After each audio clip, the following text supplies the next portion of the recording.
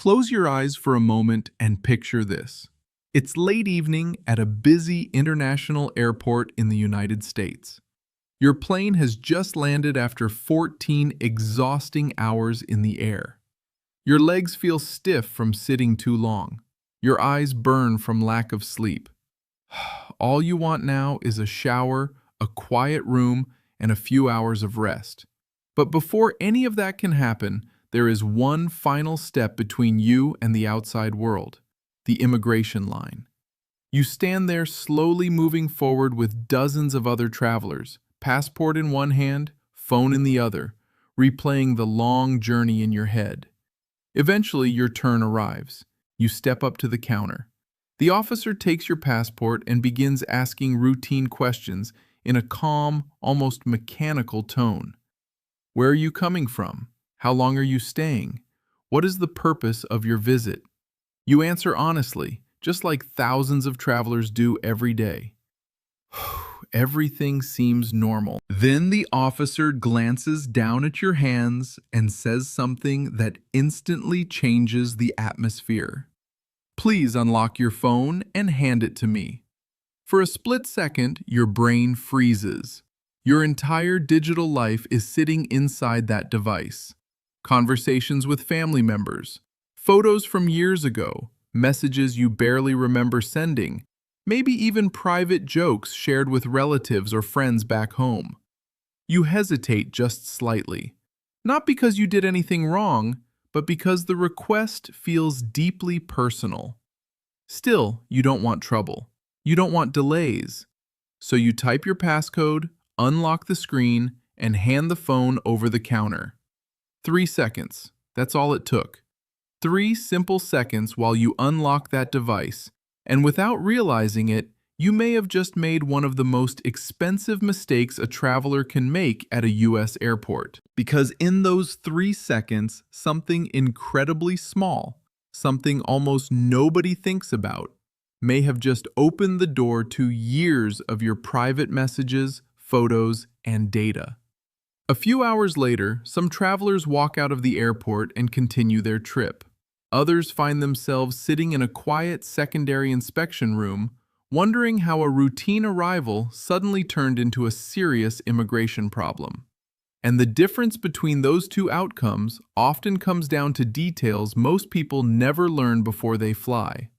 Hi, I'm Sophia, and in this video, we're going to talk about something that almost nobody explains clearly before people travel to the United States. What immigration officers are legally allowed to see on your phone at the airport, and the small mistakes that can turn a normal arrival into a major immigration issue. Every day, thousands of travelers arrive at American airports with valid visas, valid documents, and perfectly normal travel plans. Yet, some of those travelers still end up facing long secondary inspections, canceled visas, or denied entry simply because they didn't understand how border inspections actually work. The truth is that the legal rules at a border crossing are very different from the rules you experience inside the country. Many travelers assume the same protections they hear about in everyday life apply the same way when entering the United States. In reality, airports operate under a unique legal framework that gives border officers broad authority to inspect belongings, including electronic devices. And that's where things start to get complicated. In this video, we're going to break down 5 critical mistakes travelers make when interacting with immigration officers, especially when it comes to smartphones and messaging apps like WhatsApp. We're going to look at what official border policies say about searching electronic devices, what information officers are actually allowed to access, and why something as simple as how your phone is configured in the moment it's handed over can make a massive difference. We'll also talk about one of the most misunderstood issues travelers face: the difference between the rights of visa holders and the rights of permanent residents when they arrive at a U.S. port of entry. And of course, we'll come back to the question that started this entire story. the 3-second mistake that can quietly expose far more of your digital life than you ever intended. Because the most important time to understand these rules isn't when you're standing at the counter in front of an officer. It's before you ever board the plane. To understand why a simple phone unlock can suddenly become such a serious moment at the airport, you first need to understand one of the most misunderstood legal realities about entering the United States. Many travelers believe that the constitutional protections they hear about in everyday life apply exactly the same way at the border. You've probably heard of the Fourth Amendment, the rule that says government authorities generally cannot search your personal property without a warrant signed by a judge. Inside the country, that protection is powerful. Police officers can't simply stop you on the street, grab your phone, and start scrolling through your messages without legal justification. That idea is deeply rooted in American law and culture. But the moment you arrive at an international border crossing, the legal environment changes in a way that surprises many people. Airports, seaports, and land border crossings operate under what's known as the border search exception. Under this doctrine, U.S. Customs and Border Protection officers are given much broader authority to inspect travelers and their belongings as part of the country's responsibility to control who and what enters its territory.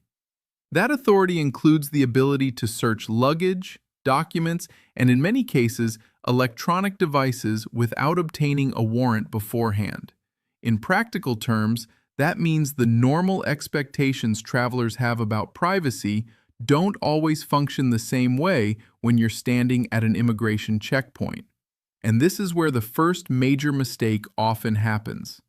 Some travelers believe the best response to a request for a phone search is to challenge the officer on constitutional grounds. They might say something like, "You need a warrant to look at my phone," or "You can't search my device without probable cause." While those statements may reflect how people understand their rights inside the country, saying them in the middle of a primary inspection booth almost never ends the conversation in your favor. From the officer's perspective, arguing legal theory during a routine inspection can quickly raise suspicion. Instead of a simple 2-minute interaction, the situation may escalate into something called secondary inspection, a much longer and more detailed examination, where officers take additional time to review documents, ask more questions, and sometimes examine electronic devices more closely. What began as a quick entry check can suddenly turn into hours of waiting and questioning simply because the interaction became confrontational. Understanding the border search framework doesn't mean travelers have no rights, but it does mean the rules operate differently than most people expect. And once you understand that difference, the next issue becomes far more important. Because even when travelers cooperate with a phone search, there is a small detail that can dramatically change what officers are able to see. This brings us directly to the moment we started with, the 3 seconds that most travelers never think about. Imagine again that the officer asks you to unlock your phone and hand it over. You type your passcode or use facial recognition. The screen lights up and you pass the device across the counter. That interaction happens quickly, often automatically. But during those few seconds, there is one step that many people forget entirely: disconnecting the phone from the internet before handing it over. The reason this matters has to do with how modern smartphones store and retrieve information. Today, a large portion of what we think of as our phone data isn't actually stored entirely on the device itself. Photos, emails, messages, documents, and app content are often synchronized with remote servers through cloud services. Messaging platforms like WhatsApp, for example, may store backups or historical conversations in remote accounts linked to the phone. Photo libraries may automatically sync with cloud storage services. Email apps constantly refresh messages from servers around the world. Under internal policy guidelines governing electronic device searches, officers conducting a manual review are generally expected to focus on information that exists locally on the device. But here's the complication. If a phone is actively connected to cellular data or airport Wi-Fi, when an application is opened, the device may automatically begin retrieving additional information from remote servers. An inbox refreshes, a message archive loads, a photo album synchronizes. Within seconds, the device screen may display information that was not originally stored on the phone at all. From the traveler's perspective, it can feel like private data from years ago suddenly appears out of nowhere, and all of it becomes visible simply because the phone remained connected to the internet when it changed hands. This is why many experienced travelers follow a simple precaution, sometimes described as the 3-second rule. Before handing over a device, they quickly swipe down and activate airplane mode, which disables cellular connectivity and usually turns off Wi-Fi and Bluetooth as well. That step limits the device to the information physically stored on it at that moment, instead of allowing apps to continuously pull additional data from remote accounts. It takes only a few seconds, but it can significantly reduce how much information is immediately accessible on the device screen. The key point here is not confrontation or refusal. It's understanding how technology behaves in real time during an inspection. Because once a device is unlocked and connected to the internet, modern apps can begin revealing far more than most people ever intended to show. Now let's talk about the app that shows up in these situations more than almost any other WhatsApp. Many travelers feel completely comfortable handing over their phones because they believe their messages are protected. After all, WhatsApp is famous for something called end-to-end encryption. You've probably heard that phrase many times. It sounds like the ultimate shield for privacy, and in many ways, it is extremely effective, but only in a very specific context. Encryption protects messages while they are traveling across the internet from one device to another. It prevents outsiders from intercepting those messages while they move through networks and servers. In other words, while your message is being sent from your phone to your friend's phone, it's protected from being read by third parties in transit. But once that message arrives and appears on your screen, encryption has already done its job. At that point, the message exists in plain text on the device itself. Anyone physically holding the unlocked phone can read it exactly the same way you do. That means the moment a traveler unlocks their phone and hands it to an officer, encryption is no longer the protective barrier many people assume it is. The messages are simply sitting there on the screen, organized into conversations, sometimes stretching back months or even years. And here's another important point many travelers misunderstand. Officers conducting inspections are not only looking for evidence of criminal activity in the immigration context. They are often looking for something much simpler: indications that a traveler's stated purpose for entering the country may not match their real intentions. Immigration law places heavy importance on something called intent. When someone arrives at the border using a temporary visa, such as a tourist visa, they are expected to follow the conditions attached to that status. A visitor visa generally allows someone to come to the United States temporarily for tourism, family visits, or similar short-term purposes. What it does not allow is working in the United States without authorization or secretly planning to remain permanently.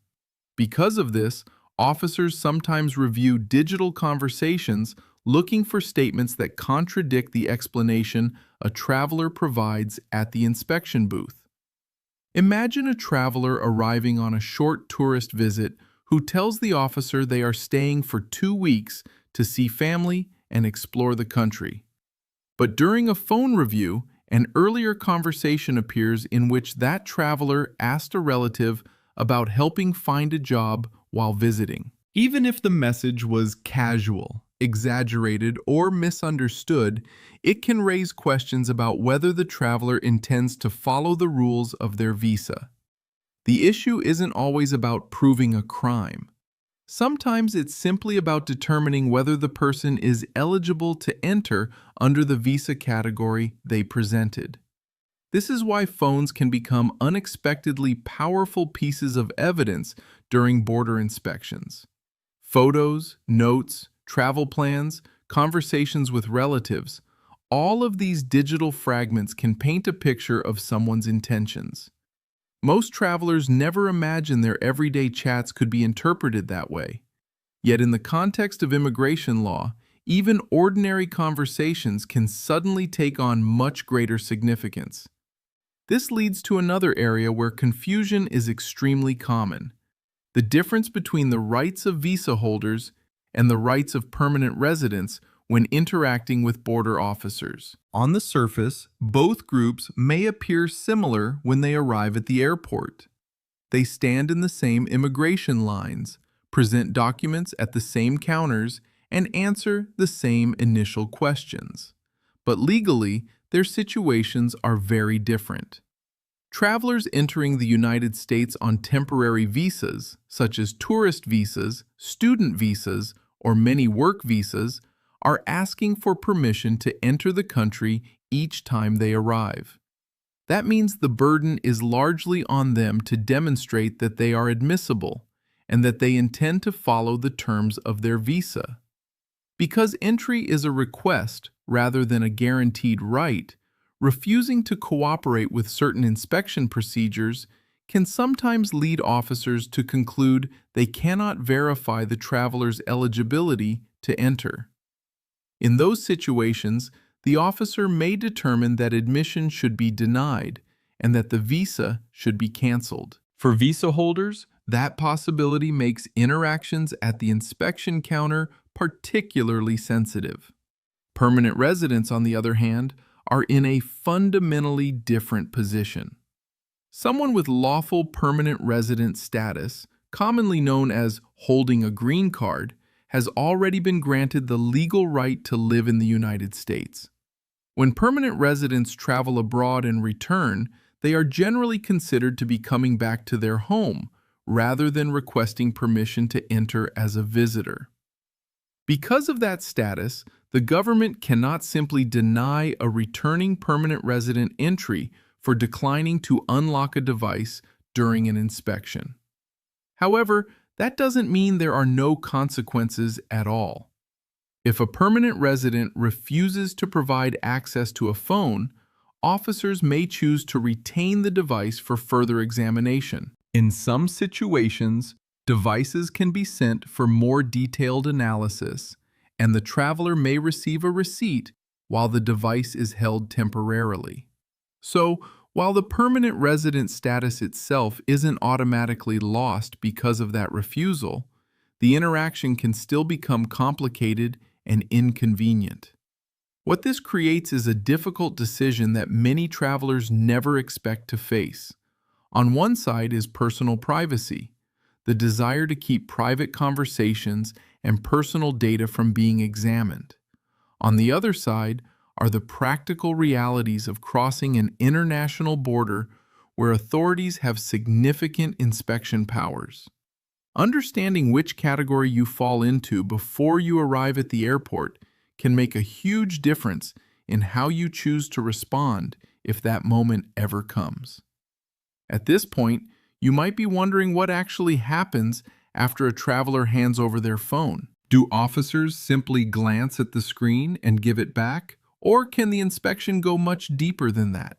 The answer depends on the type of search being conducted, because under current border procedures, there are generally two different levels of electronic device inspections. The first is commonly referred to as a basic search. This is the type of review most travelers imagine when they hear about phone checks at the airport. In a basic search, an officer manually looks through the device using the phone's own interface. They may scroll through photo galleries, glance at recent messages, open certain applications, or review visible files. The process is usually quick and performed directly on the device itself. Because border inspections operate under broader authority than searches inside the country, officers may conduct these kinds of basic reviews without needing to demonstrate a specific suspicion about the traveler. It can happen randomly or simply because the officer decides further inspection is appropriate. But there is another level of device examination that operates very differently. This is often called an advanced search, and it is far more comprehensive.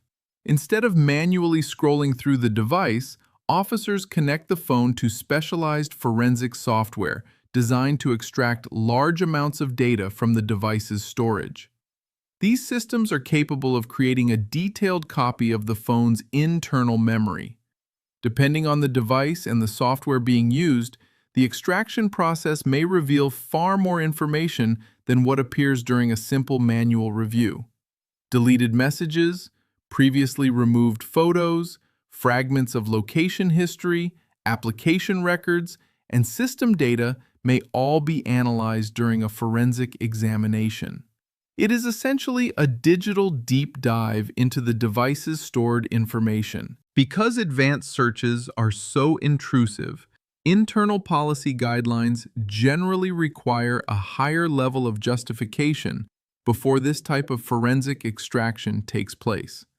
Officers are expected to identify what is known as reasonable suspicion that a law may have been violated or that a national security concern may exist before escalating to this level of analysis. In other words, advanced searches are not meant to be purely random. Something during the inspection process typically raises a red flag that leads officers to believe a deeper look is necessary. And this is where many travelers unknowingly create problems for themselves, not through illegal activity, but through behavior that unintentionally triggers those suspicions in the first place. One of the most powerful signals officers rely on during inspections is behavioral consistency. When someone answers questions calmly and their explanation matches their documents and travel plans, the interaction usually remains straightforward. But when something doesn't quite align, the situation can escalate quickly. For example, imagine a traveler who says they are visiting for 2 weeks, but arrives with several large suitcases filled with items that suggest a much longer stay. The officer may start wondering whether the traveler's stated plans are accurate. Inconsistencies like that often prompt additional questioning and sometimes deeper searches of personal belongings, including electronic devices. Nervous behavior can also play a role. Airports are stressful environments, and it's completely normal for travelers to feel anxious during immigration inspections. However, extreme nervousness, trembling hands, constantly changing answers, avoiding eye contact, or providing conflicting explanations can sometimes raise concerns for officers trained to detect unusual patterns. Another situation that frequently attracts attention involves travelers who attempt to clear their phones completely before arriving.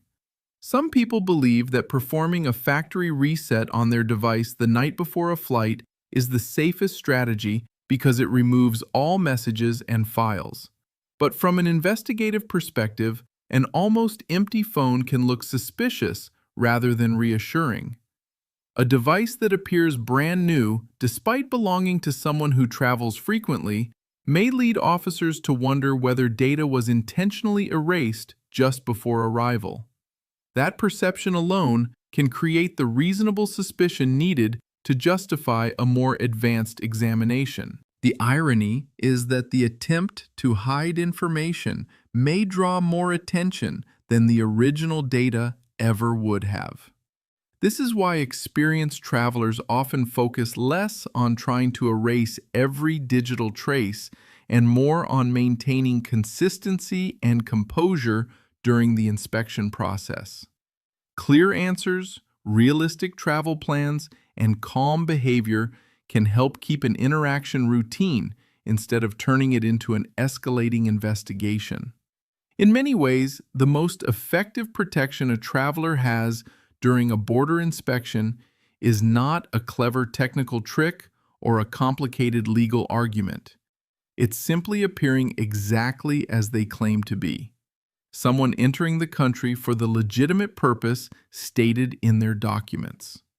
By now, you can probably see that the biggest problems at airports rarely come from dramatic situations. Most of the time, they come from small misunderstandings, tiny details about technology, behavior, or immigration rules that travelers simply never learned before boarding their flight.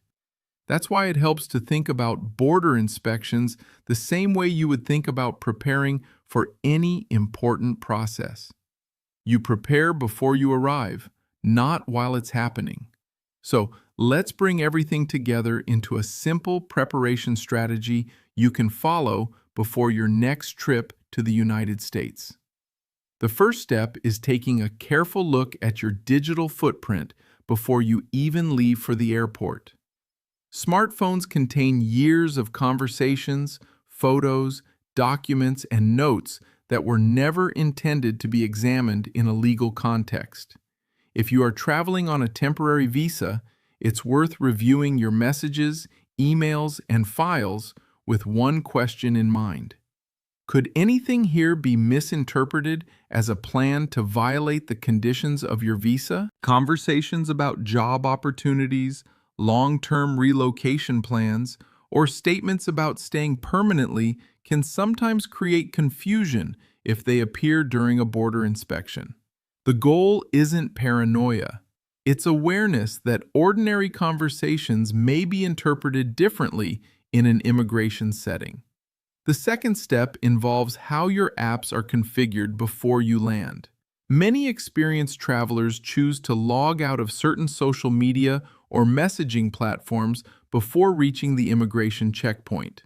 Logging out doesn't erase data from your device, but it does add an additional authentication step before an app opens, which can limit how easily new information refreshes or loads if someone taps into the application. The third step brings us back to the moment we discussed earlier, the 3-second rule. If an officer asks you to unlock your device, take a brief moment before handing it over to activate airplane mode and disable wireless connections.